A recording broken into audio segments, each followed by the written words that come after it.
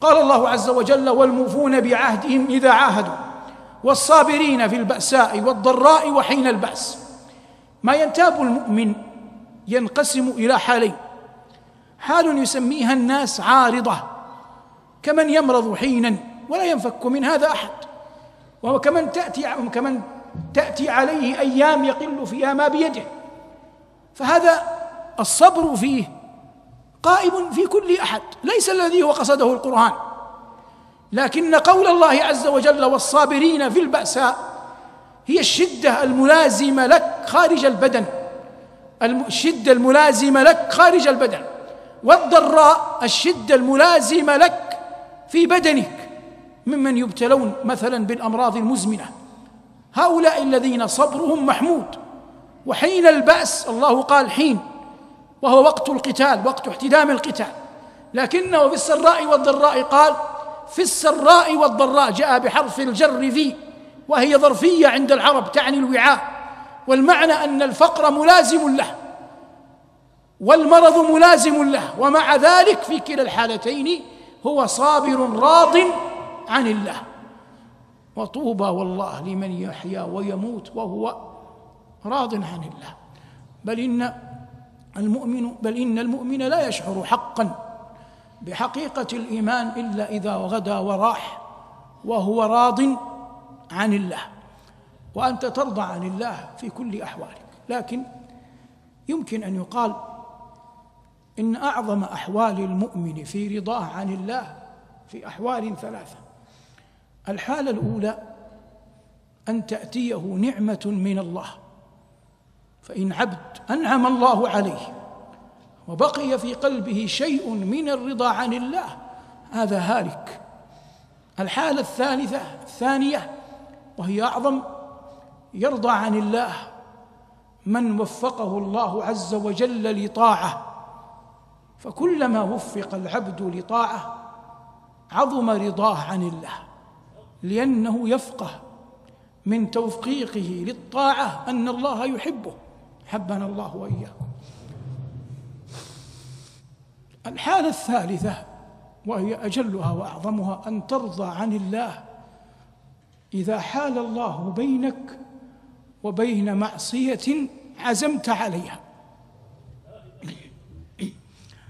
فنجاك الله منها. وقسما بمن أحل القسم: لا ينجي الله عبدا من معصية قدر عليها إلا إذا كان عظيم الكرامة عند الله. قال الله: ولقد همت به وهم بها لولا أن رأى برهان ربه.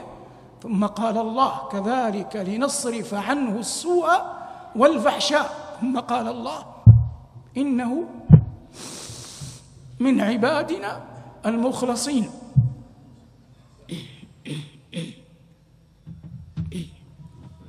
هذه منازل يؤتيها الله من يشاء من عباده. وكن على يقين أن الله كلما عصمك من معصية ثم أحسنت شكره عليها إلا وسيعصمك عما هو أعظم منها، حتى يهيئك لأن تدخل جنته وقد طهرت وطبت جسدا وروحا.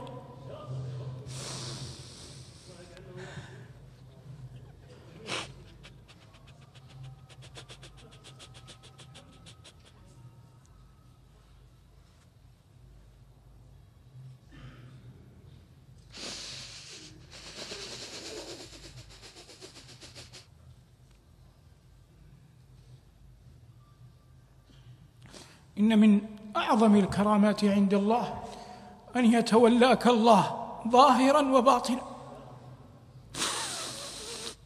اقرأوا قول الله: وهو الولي الحميد. واعلموا أن من أعظم معانيها أن الله لا يضيع أولياءه.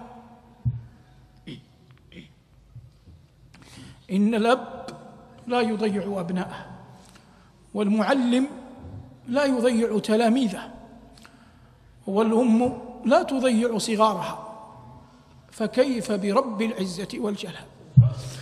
لا يضيع الله أولياءه، فالعبد أعظم ما يسعى إليه أن يتولاه الله صلي في الليل ما شاء الله لك أن تصلي، فإذا قمت بين يدي ربك الولي الحميد قل وأنت تفقه المعنى وتولني في من توليت.